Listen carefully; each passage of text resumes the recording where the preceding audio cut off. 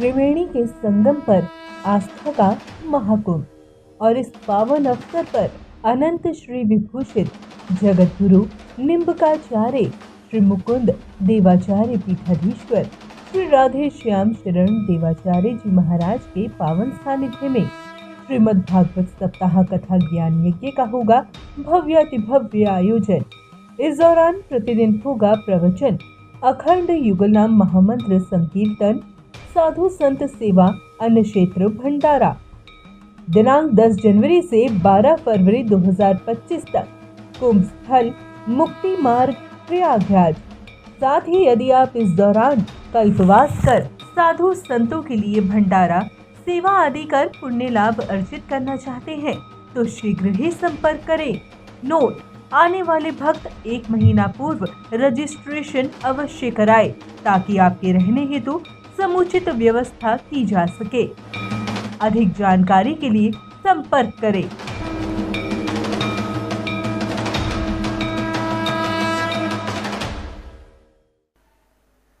जम डर प्यो जब दास कहायो।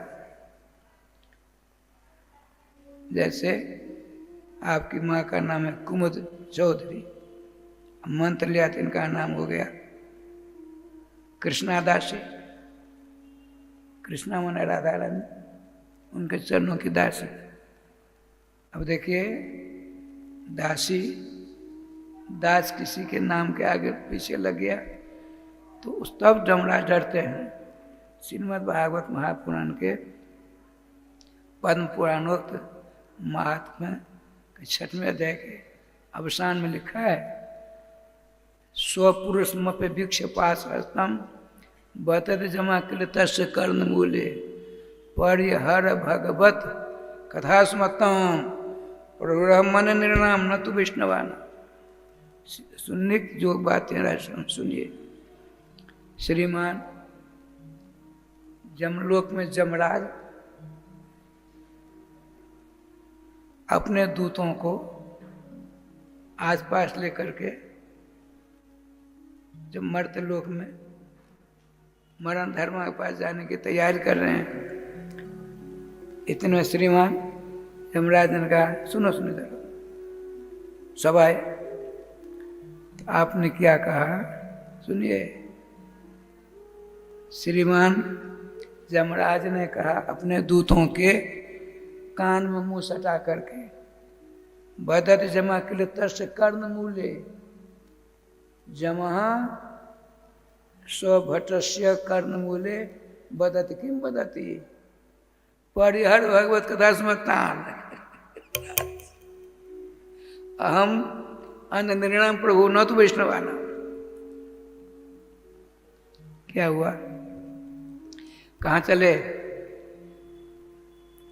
अमुक व्यक्ति शरीर अवसान होने वाला, उसको लेने के जा रहे।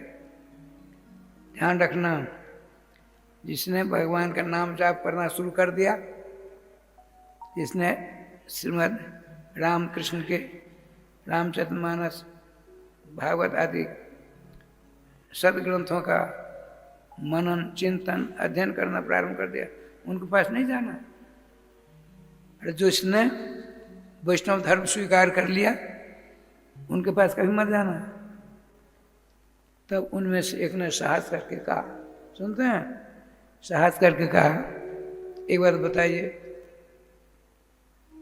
स्वामी, अब हमारे कार्यालय में उसके बहुत सारे पापों की फाइल रखी है, अभी अभी बैठ कथा सुन रहा है, कथा में पान करके रसनवत हो रहा है, आपको तो वहां नहीं जाओ।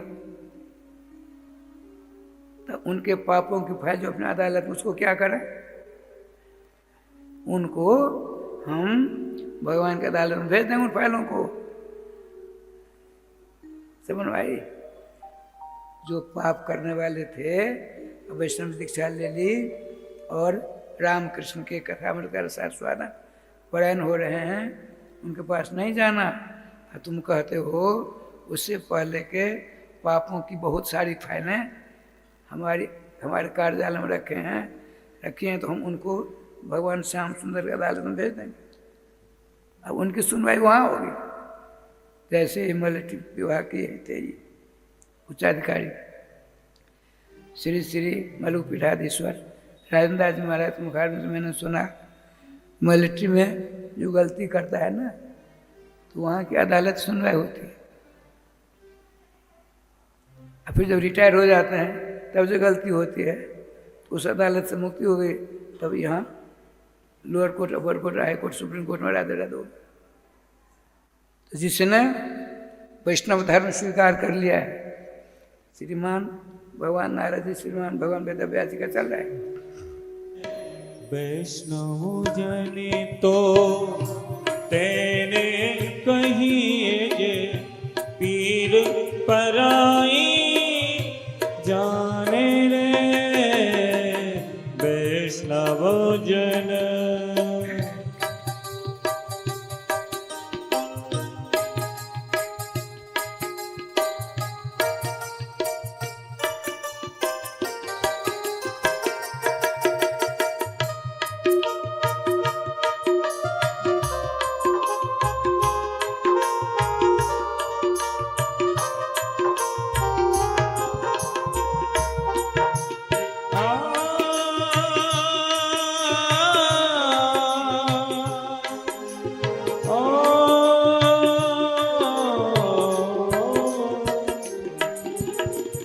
सकल लोक मां रहु रे बंदे निंदा ना कर कीनी रे।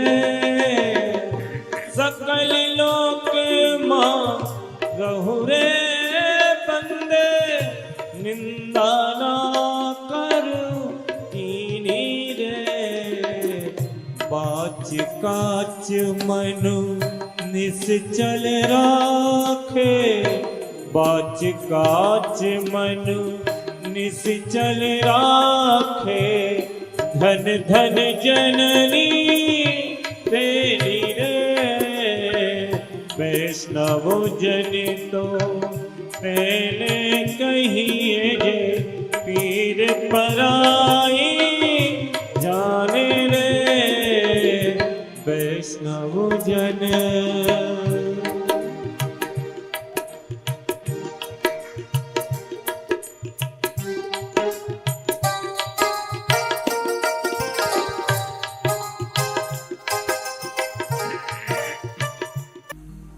हर एक पुराणों में, वेदों में, धर्म ग्रंथों में विशद वर्णन प्राप्त होता है।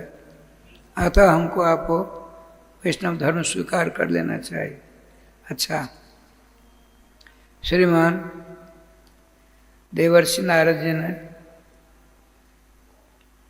ब्रह्मर्षि वेदव्यास जी को 12 जगह चंदन लगाया, बिंदु दी, उसके बाद कंठी धारण किया, फिर शरणागत मंत्र दिया, अष्टादशाक्षर मंत्र दिया, उसके बाद राय श्याम जी नाम रखा। ये पंच संस्कार माने जाते हैं। मंत्र दिया, आपने कहा समाधिना अनुस्मर तद विचेष्टितम। अष्टादशाक्षर गोपाल मंत्रराज में ओम नहीं है। जितने भी मंत्र होते हैं शास्त्रोक्त, पुराणोक्त, स्मृत्योक्त या तंत्रोक्त, उसमें ओम लगाया जाता है। अष्टादशाक्षर मंत्रराज ओम नहीं है। आप लोग लगाते हो? नहीं। तब तो फिर कैसे काम चलेगा? सुनिए,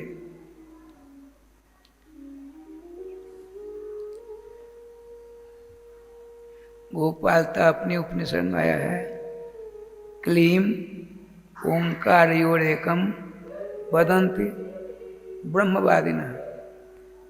ब्रह्म के तत्व को जानने वाले विद्वानों का अकाट सिद्धांत है। जो अर्थ ओम का है वही अर्थ क्लीम का है, जो अर्थ क्लीम का है वही अर्थ ओम का है। अब देखिए, श्रीमान गुरुदेव ने कहा हमने तुमको मंत्र दिया। पहले होता है श्रवण, फिर होता है मनन, फिर होता है निधिध्यासन। गुरुदेव ने मंत्र दिया, कहा क्लीम, पंचपदी है।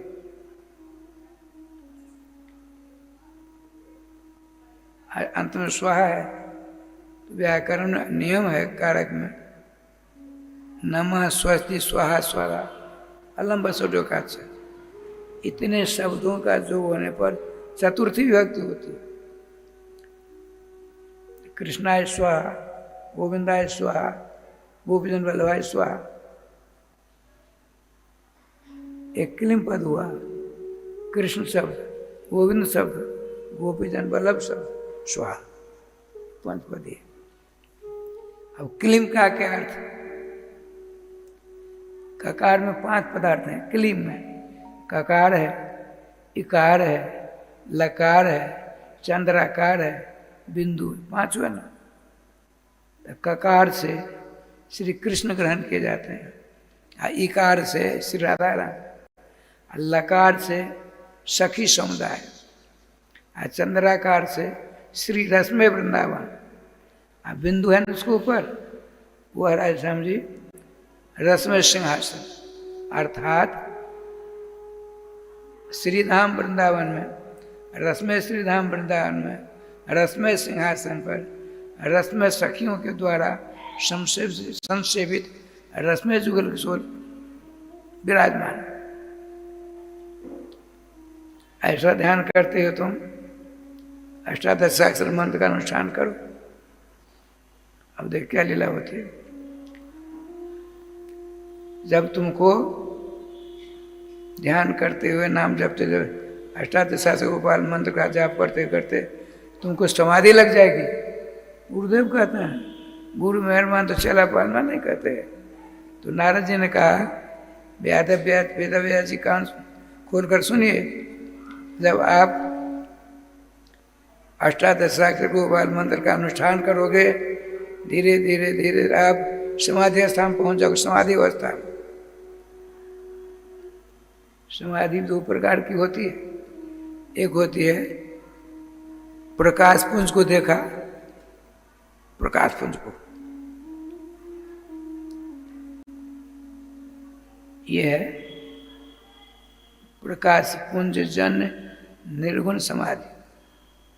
एक है, देखिए ये बल्ब जल, बल्बे कहेंगे इसको, बल्ब जल रहे हैं, इसका कहीं संबंध होगा, उसको यूँ कर दीजिए जब बंद, फिर यूँ जब दीजिए फिर जलने लग जाएंगे, ऐसा है ना। प्रकाश किसी का है, बल्ब का प्रकाश है, लालटेन का प्रकाश है, दीपक का प्रकाश है। कल देव दीपावली काशी मनाई गई। 17 लाख 70 घाटों में 17 लाख दीप प्रज्वलित हुए। एक नमो घाट बना है, उस घाट को 3 जगह संबंध कर दिया है। जल के द्वारा जा सकते हैं, थल के द्वारा जा सकते हैं, गाड़ी घोड़े के द्वारा, हेलीकॉप्टर द्वारा जा सकते हैं। बहुत विस्तार से हुआ है। अच्छा, अब देख क्या लीला हुई। प्रकाश पुंज के अंदर लिखा है कृष्णस्यानुगृहे जस्मिन् स्वतेजस्वी लक्ष्यते केवलम तेज एवान्य प्रसन्न तो मुने। स्कंद भगवान कहते हैं देवर्षि नारद जी को, हे देवर्षि, जब सर्वेश्वर सर्वाधार सर्वनियामक राधा प्रेकांत श्याम सुंदर का अनुग्रह वर्षन जिस जीव के ऊपर होता है, वह जीव प्रकाश पुंज के दर्शन करते हैं। राधे राधे, प्रकाश पुंज के दर्शन करते हैं तो उसमें संतोष नहीं होता है। भगवान कृष्ण का अनुग्रह नहीं है, इसलिए प्रकाश पुंज का दर्शन कर लौट आया।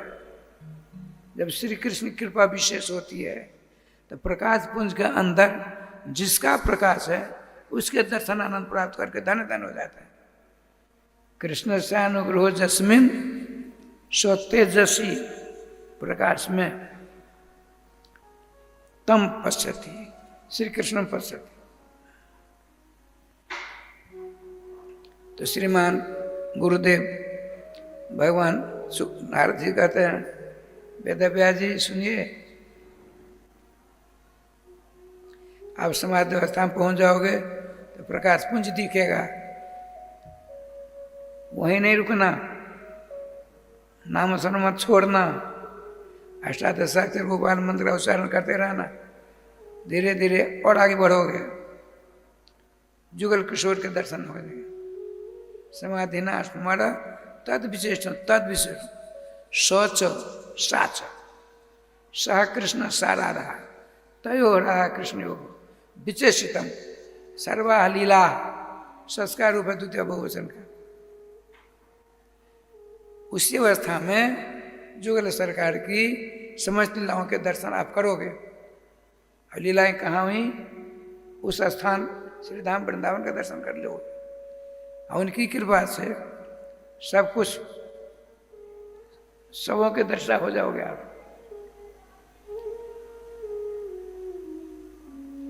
गुरुदेव के मुखारविंद से ऐसी मधुर वाणी श्रवण कर शिष्य शिरोमणि श्री वेदव्यास जी ने कहा, गुरुदेव आपको ऐसा महत्तम ज्ञान कहाँ से मिला? सुनते हैं, चेला जी ने पूछा गुरुदेव से, क्या पूछा? आपने हमको इसका ज्ञान ही नहीं था, आपने हमको अपने ज्ञान के द्वारा बिल्कुल भरपूर कर दिया है। मुझे एक शंका जागृत हो गई, आपको ऐसा अपूर्व ज्ञान, हमने चारों वेदों का विभाजन किया, 17 पुराण बना डाले, महाभारत बना डाले, हमको इस ज्ञान का तनिक भी स्पर्श नहीं हुआ, आपको कहाँ मिला? आपने कहा, देखिए नारद जी पूर्वजन बात सुनाते हैं, क्या कहते हैं? देखिए मैं पूर्वजन्म में दासी पुत्र था,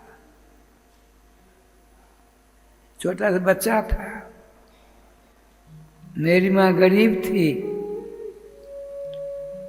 तो उसने एक ब्राह्मण के यहाँ संत सेवा हुआ करती थी, चतुर्मास्या बीती है ना, चतुर्मास्या बीती अभी देवता ने कहा से बहुत से महात्माओं का नियम होता है 4 महीना किसी ब्राह्मण के यहाँ, संत सेवी के यहाँ 4 महीना जाकर भजन करते हैं। जिस ब्राह्मण देव के यहाँ हमारी माँ नौकरानी काम करती थी, मैं इसका छोटा बच्चा था, उनके यहाँ सैकड़ों के तादाद में चातुर्मास्या करने के लिए महात्मा आते थे। अब की बार महात्माओं का समूह आया, बहुत प्रेम से ब्राह्मण देव सेवा करते थे, मेरी माँ सारी व्यवस्था करती थी। मैं था छोटा, लेकिन संत दरज में पातक टरी, संतों के दर्शन करने से पाप हमारे आपके निकल जाते हैं। मैं एक बार अपने गुरुदेव महाराज की जन्मभूमि बंदा दसोत में था,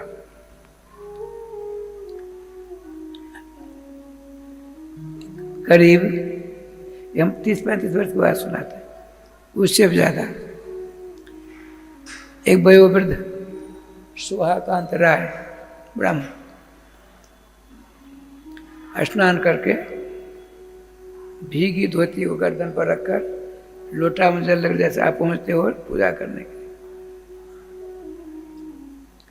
लोटा रखा, यहाँ से धोती रखी, भीगी धोती, मस्तक को हम तखत पर अपने मस्तक को पृथ्वी से लगा चिपका दिया। हम कहा, सोहा बाबू आप वयोवृद्ध हो, ऐसा क्यों करते? हमको ठगिए नहीं, हमने सुन रखा है आप जैसे संतों के मुख से। क्या सुना? तो संतों के पास जो जीव जाता है दर्शन करने के लिए, उसके शरीर का पाप, उसके शरीर के पाप उसको छोड़ करके उसकी कंठ के गर्दन पर जाकर बैठ जाते हैं। हम संत के दर्शन करने गए तो संत की दृष्टि जहाँ पड़ेगी तो पाप तो समाप्त हो जाएगा। तो पाप क्या करेगा, तो मेरी गर्दन पीछे, संतों की दृष्टि पड़ेगी ही नहीं। राधे राधे,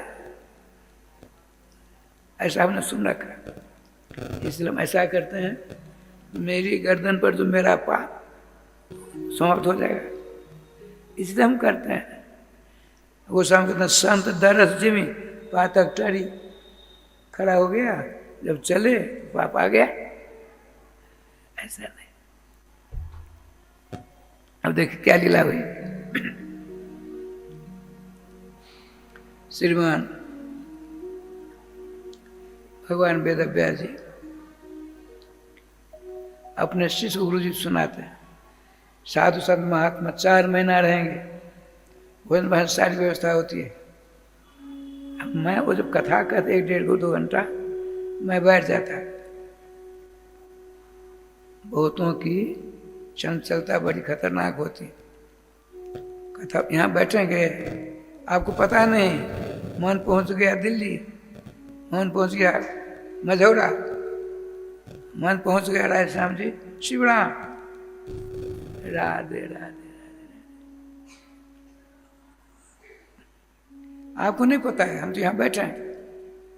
मैं कभी कोई पूछ लेता हूँ कहाँ थे, आपके सामने बैठा था, मैं क्या कर रहा था, जय गोपाल। यहाँ मन से रहोगे तब ना कुछ मिलेगा, तन से तो बैठे हो, हम मन से पहुंच गए भूपाल। काल ने कैसी फुलझड़ी छोड़ी, वृंदावनस्थ मिथिला कुंज के राज मंडप के पंडाल में बैठे, कथा श्रवण कर रहे हैं। अब मन चला गया भोपाल, मन चला गया बम्बई, काम चलेगा? मनोयोग से जब तक रे मनोयोग से रहेंगे, कुछ पल्ले पड़ेगा नहीं तो जय गोपाल जी। अच्छा राज व्यास जी, महात्मा जी कथा होती, मैं सबसे आगे बैठ जाता। छोटा था, बच्चा था, चंचलता से रहित था। श्री गुरुदेव के संत शिरोमणि जो कथा कहते थे, उनके मुखचंद्र की ओर मैं देखता था निर्णय में दृष्टि से। सुनते सुनते बहुत दिन हो गए। और क्या करते थे वो, जब भोजन कर लेते थे थोड़ा प्रसाद छोड़ देते थे, जूठ शीत प्रसाद। बोला उसका नाम रख दिया मेरा राम बोला। राम बोला इधर, राम बोला। मैं चंचल विहीन था, संतों के चरण में रोज नमस्कार प्रणाम करता था। मेरा भाग्योदय होने वाला था। अब जब भोजन कर लेते तो बैठ भोजन कर ले।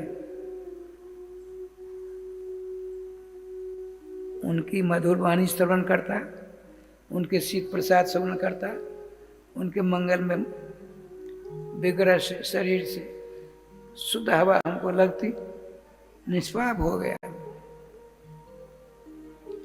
अब क्या हुआ, मेरी माँ चिंतित हो गई, ये कहीं मेरा बेटा बाबा जी ने बन जाए।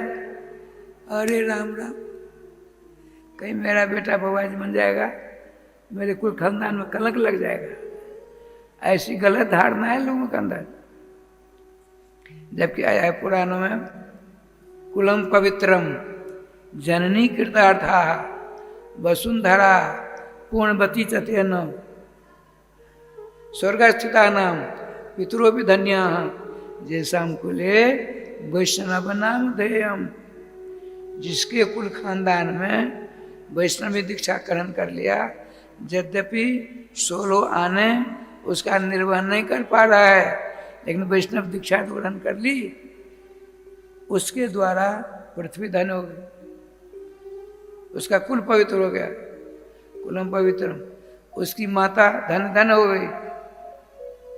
कुलम जननी के साथ वसुंधरा पृथ्वी पुण्यवती हो जाती है। स्वर्ग में जिनके पूर्वज सबके सब बड़े आनंद के साथ जय जयकार करते हो, अमृतपान करते हैं। मेरे कुल खानदान में अमुक ने वैष्णव धर्म स्वीकार कर लिया, जिस कारण मेरा तरन तारण हो रहा है।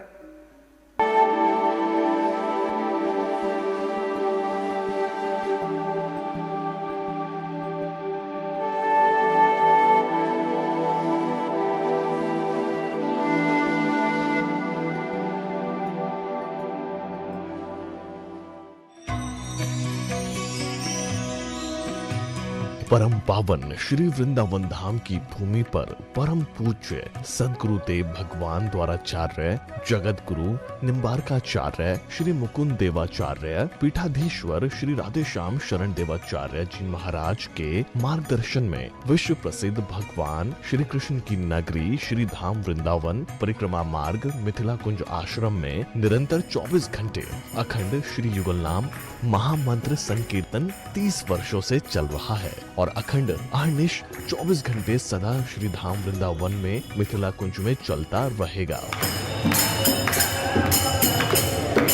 आज विश्व भर में अनेकों मंदिर हैं, किंतु भागवत का कोई मंदिर नहीं है। तब हमारे पूज्य गुरुदेव के भजन संकल्प से ये भाव जागा कि श्री धाम वृंदावन में एक अलौकिक भागवत मंदिर बने, जिसमें वृंदावन आने वाले सभी भक्तगण एक साथ संपूर्ण भागवत श्लोक का दर्शन कर सकें।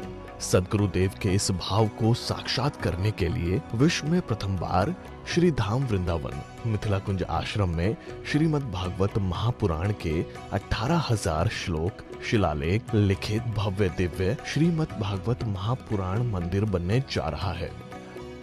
आप सब भी इस दिव्य भागवत मंदिर में अपना तन मन धन से सहयोग कर श्री धाम वृंदावन में अक्षय पुण्य प्राप्त करें।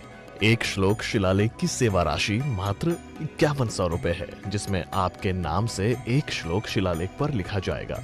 इसी प्रकार से आप 2 श्लोक की दान राशि 11,000 रुपए, 5 श्लोक की दान राशि 25,000 रुपए, 11 श्लोक की दान राशि 51,000 रुपए और 21 श्लोक की राशि है 1,01,000 रुपए देकर अनंत पुण्य के भागी बन सकते हैं। कहा गया है कलयुग केवल नाम आधारा। हम सब भी श्री धाम वृंदावन में अपने नाम से या अपने पूर्वजों के नाम से या घर में समस्त विघ्न बाधाओं को दूर करने के लिए श्री धाम वृंदावन में अखंड संकीर्तन कराने का अलौकिक पुण्य प्राप्त कर सकते हैं। साथ ही आपके द्वारा प्रदान किया गया सेवा राशि से हरि नाम संकीर्तन के साथ साथ संतों का भोजन एवं गौ माता के लिए गौग्रास समर्पित किया जाएगा।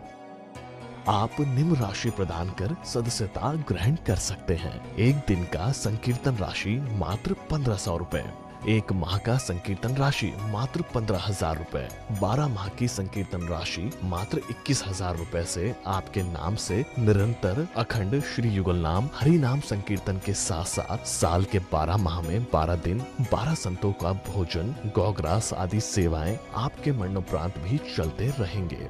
अतः आप एक छोटा सा संकल्प लेकर हमसे जुड़ सकते हैं और श्री धाम वृंदावन मिथिला कुंज आश्रम में आप आजीवन सदस्य रहेंगे। आप वृंदावन में जब भी आएंगे तो आपके रहने की निःशुल्क व्यवस्था रहेगी।